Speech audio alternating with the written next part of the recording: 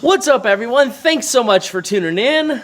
For today's video, we are getting a 2-post lift installed at the new shop. I'm really excited about this. It's gonna be quite cool. I got my buddy Chris here helping me straighten up because, of course, waited to the last minute to get all this mess out of the garage and we gotta clear some space. So without further ado, let's go ahead and get started.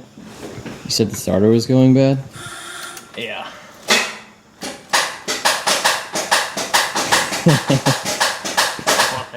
Come on.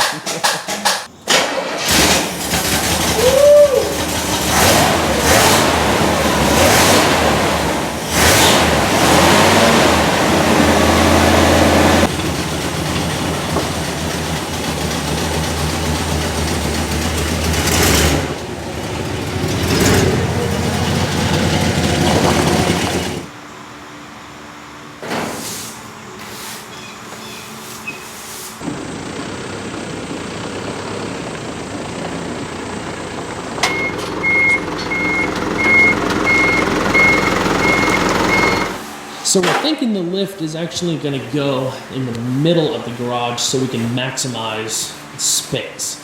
So maybe somewhere just right here. I had originally thought about doing it more towards the rear, but whenever we're in here doing videos, we're probably not going to have another vehicle sitting here. It just depends on space and stuff. But if we put something here, if we have something longer like the Chevelle or the Crew Cab S10, we'll have plenty of space in the front and back to do whatever we gotta do. And yeah, it just seems like the best option right now. What do you think? It's gonna be perfect. All right. Right there.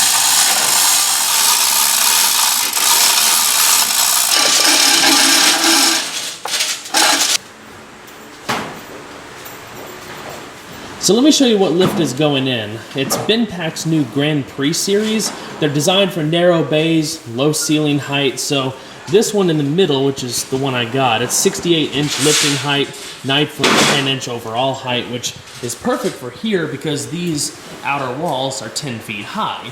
Now, the roof actually peaks up to about 12 and a half, so we have some extra space up above that, but it's gonna fit just about perfect.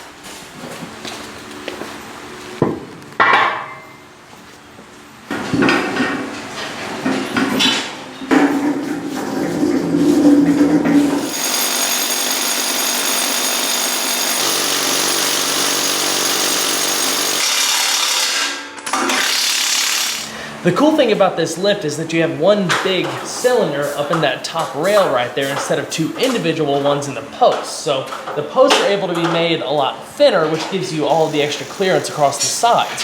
Plus, it can still lift up to 7,000 pounds, so it's going to be more than enough for what we're going to need.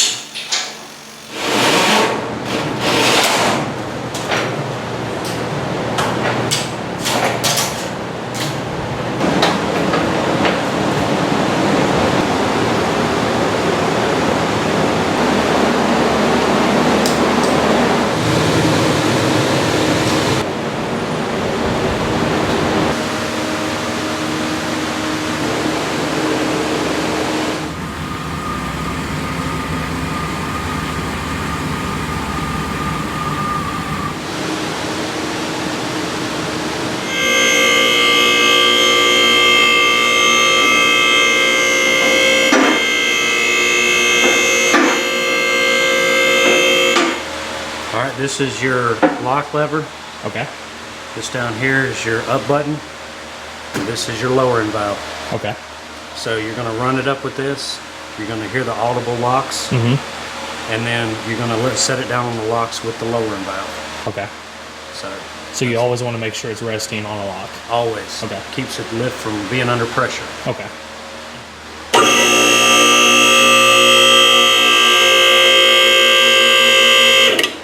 Alright, give it a little shake, make sure all is good, a little up and down, no weird noises, anything like that.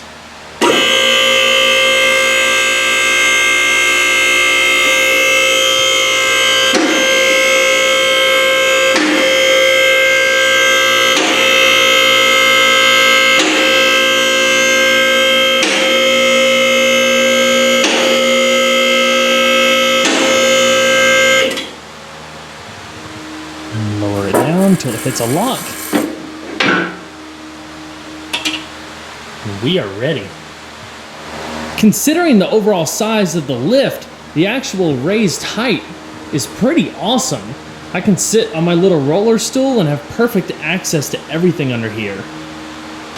Now, compared to some of the other vehicles we're going to be working on here, like the 240SX and the Chevelle, the Jimmy is taller, so what you see is about as tall as it can go. I could probably squeeze a few more inches out of there and bring it up just a little bit more, but because the Chevelle and the 240 are lower, we can actually raise those even higher to get more clearance. Where I have the Jimmy currently is right at my chest level, so it'd be super easy to take the wheels off, work on the brakes, the suspension, and all of that good stuff. It is just so surreal seeing how far this garage has come.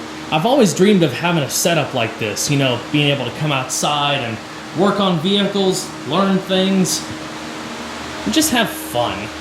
Working on vehicles, you know, it can be stressful at times, but it can be super therapeutic too. Even though I've still got a lot of finishing touches to do in here, it looks awesome. Gotta get organized and cleaned up next, but you know, with the lift in here, we're about ready to do some serious work. All right, let's go ahead and plop ourselves onto the little rolly chair, and I'll give you guys a POV look at what it's like to slide underneath the Jimmy while it's on the lift. I can already tell it's going to be so much easier working on all this stuff. I have a ton of suspension upgrades planned, and even some more upgrades with the steering, like replacing the steering gear. You know, everything is within easy reach. It's going to be so nice.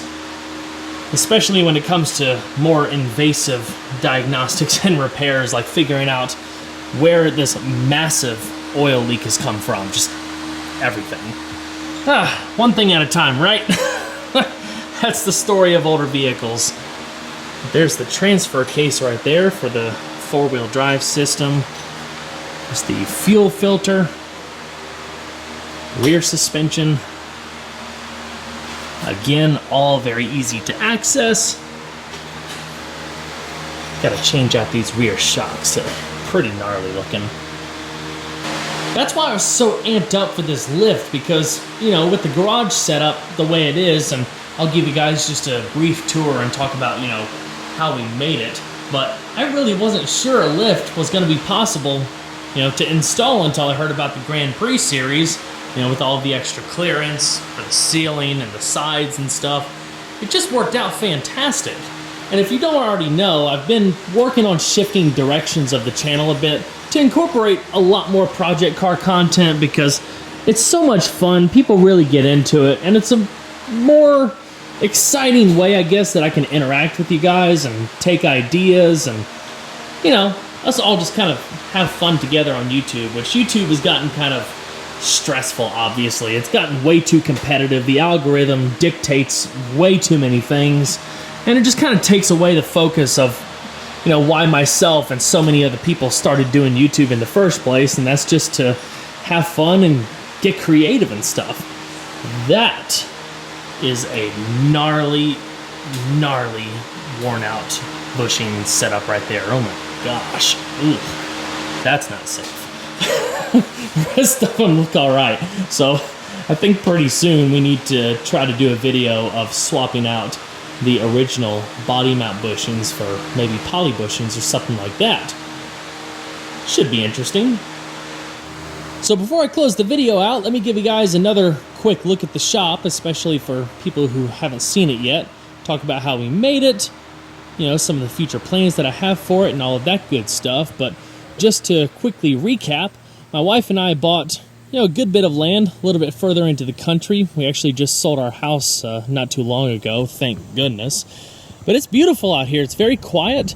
We're going to put the house probably over there or so. Got a lot of really cool ideas. It's going to be quite the process, obviously, but, you know, the wait and the effort is going to be well worth it. At some point, we'd like to put a replica of an old style service station or gas station. So it'll end up being like my office, but we'll have like old timey gas pumps and stuff and maybe some other rooms off of there. But yeah, a lot of plans, a lot of ideas. So a lot of people have asked me why I closed off the middle section of the garage. Well, the outside portions for now we're going to be using for house storage. We still have to move the rest of our furniture, which is probably going to go in here, along with tons of 240 and Jimmy parts. But same thing over here, you know, building materials, house stuff, and, you know, I didn't want to have what's going on in there mess with stuff over here. Plus, the white metal walls make everything super bright and clean. I like that. Once everything is out of there and the house is built, I'd like to make stations in there for maybe painting, powder coating, storage. You know, the possibilities are really endless, but got a little door right here, power outlets along all of the walls, LED lighting up in the ceiling. Still got to get 2 more put right there, but gonna have a refrigerator over in the corner here. Got the 240's engine. We got to get all this stuff unpacked, go through all the other 240 parts, get everything organized and out on shelves so we can start the engine swap soon. But yeah, like I said, still got a ways to go, but the light is at the end of the tunnel. It's going to be fantastic. I've had a lot of people message me saying they wanted to do, you know, similar setups like this at their place and were wanting a little bit more details as far as construction and whatnot. If memory serves me correct, the driveway pad out front is 42 feet by 30 feet. The garage itself is 42 feet by 40 feet. It's a pretty large setup. We actually built the garage from scratch. I had a tremendous amount of help from very, very talented family members. We tried to find the best deals that we could and actually ended up building this thing almost completely out of salvage and surplus materials. Turned out fantastic, and we saved a ton of money. This is just the beginning, too. I can't thank you guys enough for all of the support that you've shown over the last batch of project videos. I've been trying to upload a little bit more regularly. It's been a long time since I've actually been able to build up a bit of a backlog of videos that I could upload in a short amount of time, and I wanted to do it to test the algorithm to see if that would change, you know, views and whatnot, and I didn't notice anything, you know, super spectacular aside from the fact that people really enjoy the project videos more than the reviews, which, you know, that's fine by me. I do too. So anyway, again, thank you so much for your support with all of these changes and whatnot. You know, all of your ideas, feedback, comments, it really means a lot. This video ended up taking me a lot longer to produce than I originally thought it would, so first off, I apologize for the gap in content lately. I think it's been like 2 weeks. It's just, I hate going that long without uploading videos, but between the hurricane and losing power for a while to, you know, packing up the rest of the house, there's just been a lot of life happening. But anyway, I have made a lot of progress on the garage, you know, in the interim, so before we close the video out for real this time, I'll show you what's changed inside, because at this point, aside from cleaning up mess and whatnot, it's pretty much ready to use. I'm actually going to be heading to SEMA again this year, so that's going to be pretty exciting, but this upcoming week is going to be very, very busy with trying to get the rest of the garage completely finished. Also got some more project content to shoot around the Jimmy and possibly the Crew Cab S10. Been working on organizing all of my 240SX parts. This is by no means all of it, just some of it, mostly engine swap stuff. So when we get back, I'll have all of the shop equipment that I've ordered so we can go ahead and get a jump start of pulling the original powertrain as we move on to swapping in the new RB25. It's going to be a lot of fun working on this garage over time. It's just something that, you know, it's always going to be in the background. There's always going to be little things that we can do here and there to make it better, to decorate. You know, my wife and I have already been hanging up a bunch of old signage, and over time I'd like to cover these walls and signs and hubcaps, automotive memorabilia, advertisements, you know, just all of that cool stuff. All the primary essentials for now are here. I got the fridge that used to be in the garage at our old house. We have tunes, we have plenty of fans, huge one over there, so we got plenty of ventilation through here, but since we're right smack dab in the middle of fall, we're not going to have to worry about air conditioning for the time being. maybe a heater. Definitely need to try to find some sort of electric heater. This is some of the RB parts, just trying to figure out what I can reuse, what I'm gonna have to get new. This is part of a very cool video that some of you might be able to guess what it's gonna be. Got 2 wiring harnesses to practice with, so keep an eye out for that. It's gonna be very exciting. Well, that pretty much concludes this video. I know I've rambled quite a lot, and I apologize for that, but if you've been following this channel for a while, then that should come as no surprise. I've also said, way too much throughout this video. I need a lot of work on my vlogging skills, but anyway, I'm just super excited because, there you go. Anyway, I've been working on this new direction for the channel for quite a while now, and it's finally coming to fruition.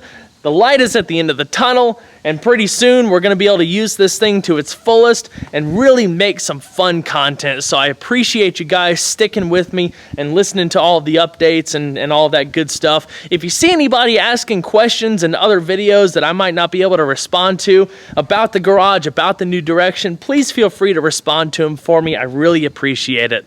Anyway, thanks again, guys. If you haven't subscribed already, consider doing so. There's obviously a lot more where that came from, and don't forget to hit that little notification bell so you can get notified of new uploads. I'll see you guys on the next one. Take care.